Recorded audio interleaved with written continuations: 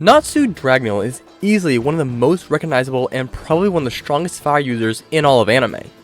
However, while you might think that you know how powerful Natsu's fire is from the original FairyTail story, the continuation, Century Quest, has only made him stronger.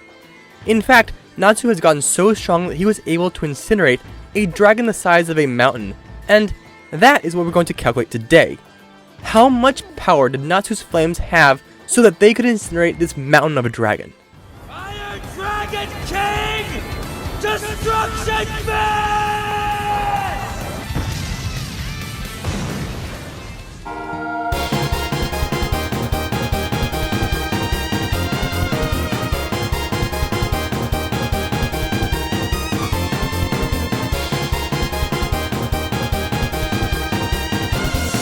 Hello Internet, Jojo here, and guys, as you could probably guess, I've been rereading FairyTail, and, it's really good.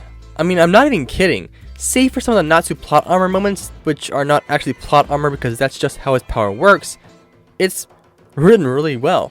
Seriously, there are so many other moments that any other author would have had their character do something like surpass their limits or yell plus ultra and punch, but Hiro Mishima uses a more realistic and creative route. One of my favorite moments like this is how Natsu beat the Poison Dragon Slayer. The Poison Dragon Slayer was able to predict his opponent's movements by using his super hearing to listen to his opponent's muscles. Natsu was only able to win because he instinctively let out a guttural yell and destroyed his opponent's hearing. That is just glorious writing, and it makes sense that this would happen as yelling is kind of Natsu's thing. I should make an entire video about the best written moments in FairyTail. Anyways, that's kind of off topic. So, enough with the brilliance of FairyTail's writing. Let's move on to the feat that we're going to calculate. During FairyTail's Century Quest, Natsu and company are tasked with sealing all of the 5 dragon gods, and each of these dragons is stated to be as strong or stronger than Acnologia, the final boss of FairyTail. Now, the focus of this video is when Natsu completely burned the wood dragon Aldoron. Yes, Aldoron. You'd think that he was a planet in Star Wars.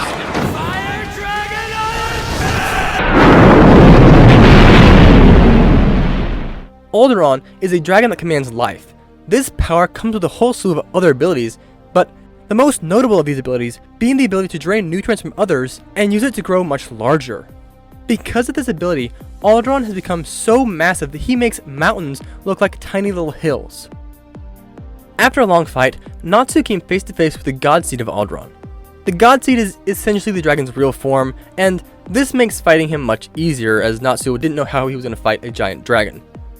Natsu's final strike in the fight is one where he unleashes his own unique fire, Purgatory Dragon Fire. And whether you like FairyTail or not, you have to admit, that's an awesome named attack.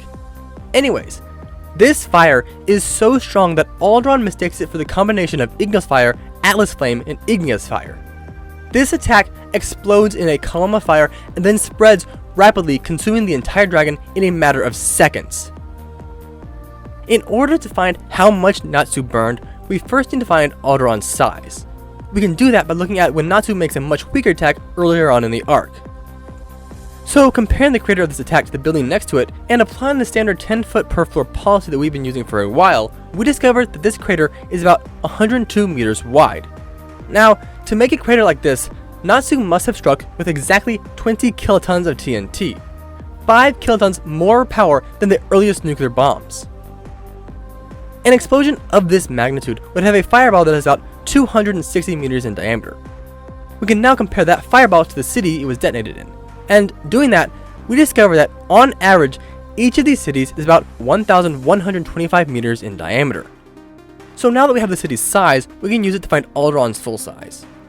Taking that 1,125 meter city, as well as using a variety of mostly circular shapes, we can discover that Aldoron must have a volume of 20.8814 billion cubic meters of wood. Now, fresh white oak wood has a density of about 600 to 900 kilograms per cubic meter. Because this is a dragon god, and this is fresh wood, we will use a higher 900 kilograms per cubic meter. So, this means that Aldoron would weigh over 18.79326 trillion kilograms. That is about 51,488 times heavier than an aircraft carrier. It takes about 16 megajoules to burn 1 kilogram of wood.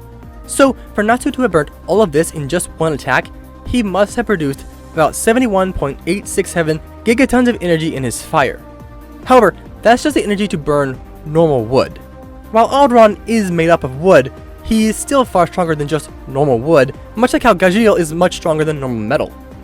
In fact, we know that Aldoron is much stronger. When Natsu makes a 20 kiloton attack, he is told that if he is able to throw 100 million of those same punches, he might be able to beat Aldoron. As we already calculated, this attack was worth 20 kilotons of TNT, and multiplying it by 100 million, we find that for Natsu to beat Aldoron, he must have been able to hit with exactly 2 teratons of TNT.